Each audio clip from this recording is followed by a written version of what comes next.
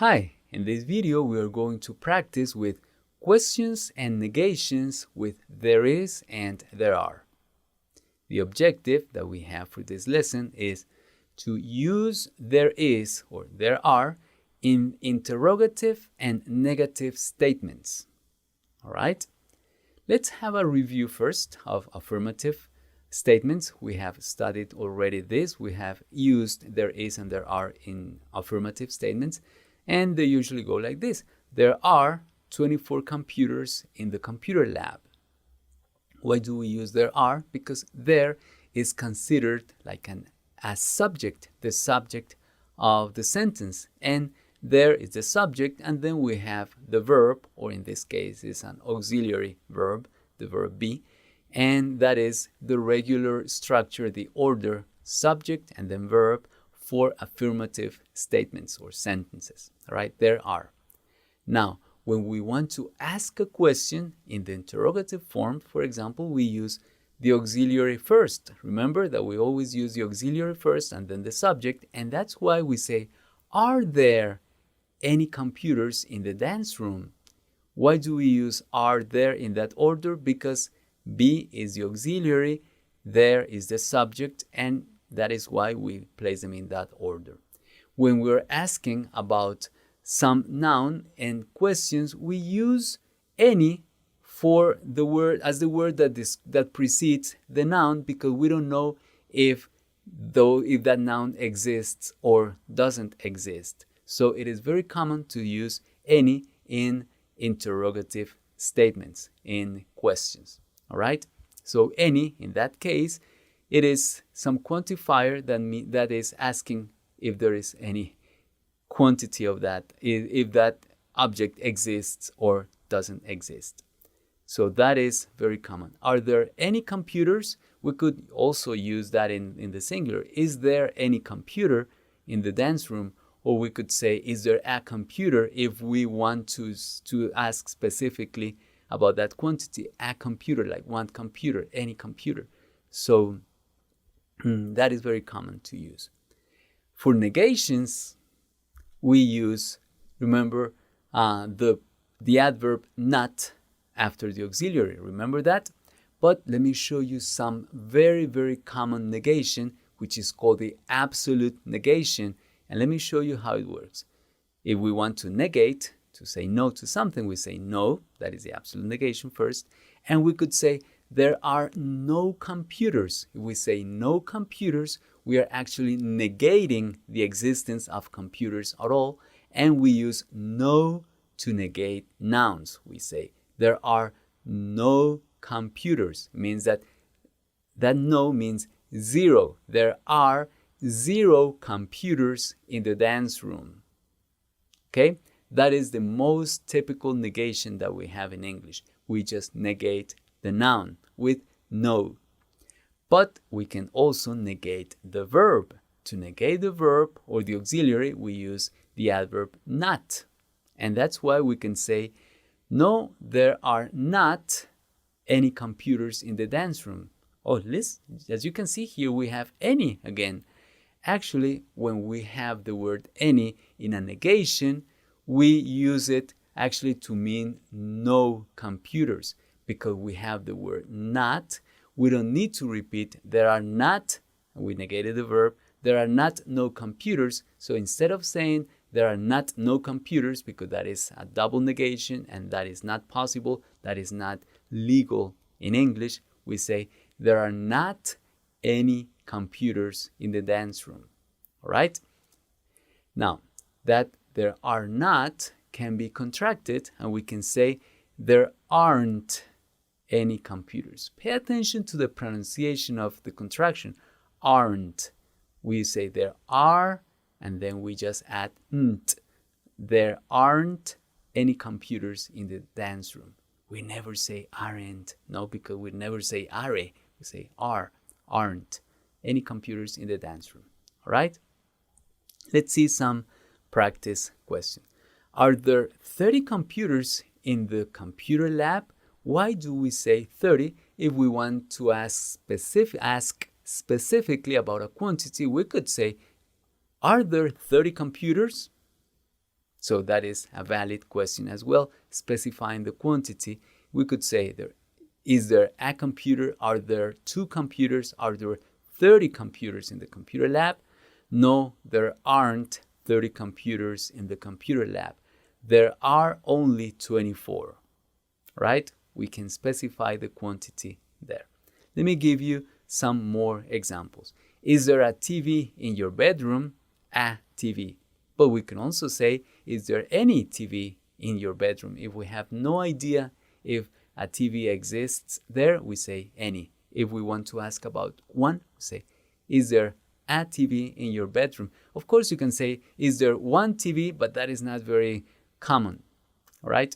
The answer, the negative answer could be, no, there isn't a TV in my bedroom. We're saying there isn't one TV. We could say, nope, there is no TV in my bedroom. Absolute negation, we're saying there is 0 TV in my bedroom. And we can use the contraction using any. No, there isn't any TV in my bedroom, which is also very, very common, right? So with that in mind, I would like to propose this practice activity for you. The first one is complete the following sentences with the appropriate word. I have eliminated some words in the conversations, in the short question and answers, and you are going to complete them. So look at them very carefully, pause my video, complete the activity, complete the sentences, and I will show you the answers in a moment. All right, thank you. Thank you very much for having completed this activity. And here I have my answers. First one is there any armchair in your living room? Why is? Because we're talking about one armchair, singular.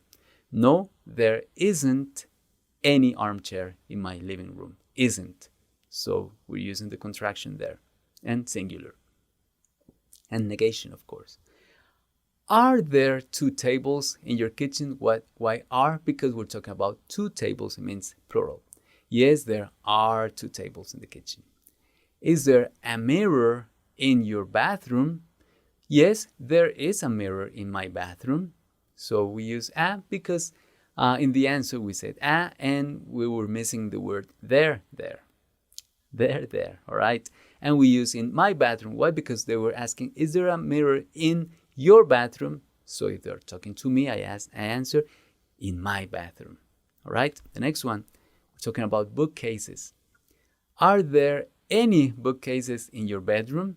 No, there aren't any bookcases in my bedroom. You could ask as well, are there 2 bookcases in your bedroom? No, there aren't 2 bookcases. So, but that is just a sample answer. If you had a number there, it is fine as long as it indicates plural, right?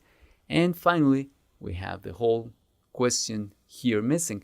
Are there any pictures in the living room? Yes, there are. So the question first and then the affirmative statement there in the correct order. All right? I hope that you have them correct. And now you are ready for the next activity. It says, write a short conversation about the stores, places, shops, that there are or there aren't in your neighborhood. So use there is and there are in the negative form here. Use at least one affirmative and one negative sentence. That is the only condition here. So I'm gonna ask you to please pause my video, write your conversation about stores or shops that there are or there aren't in your neighborhood. And when you are ready, you are going to resume the video so that you can see a sample answer that I have for you. Go ahead, pause my video, please.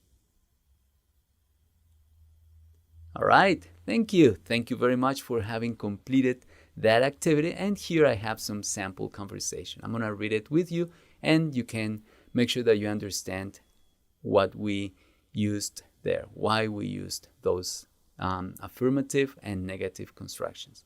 Hi, Lisa. How are you? Hello, Jorge. I'm fine. And you? I'm fine too. That is an introduction. Is there a bakery in your neighborhood? A bakery where they sell bread? Mm-hmm. Yes, there is a bakery next to my house. That must be delicious. I love that smell of bread, freshly baked bread. Oh, okay, good. Are there any libraries? No, there aren't any libraries. Okay, is there a bookstore then? Yes, there is one, that means one bookstore, behind the bakery. That's close also. That's great. Thank you. Have a nice day. Thank you. You too. All right, that is a very short way of saying goodbye, and that is a valid, very valid conversation. Now, I am going to pause my video so that you can listen to the native speakers pronounce this, and as you listen to them, you practice your pronunciation. All right? Listen and practice, please. Hi, Lisa. How are you? Hello, Jorge. I'm fine. And you? I'm fine too. Is there a bakery in your neighborhood? Yes, there is a bakery next to my house. Okay, good. Are there any libraries? No, there aren't any libraries. Okay. Is there a bookstore then? Yes, there is one behind the bakery. That's great. Thank you. Have a nice day. Thank you. You too. Thank you. Thank you very much for having practiced your pronunciation.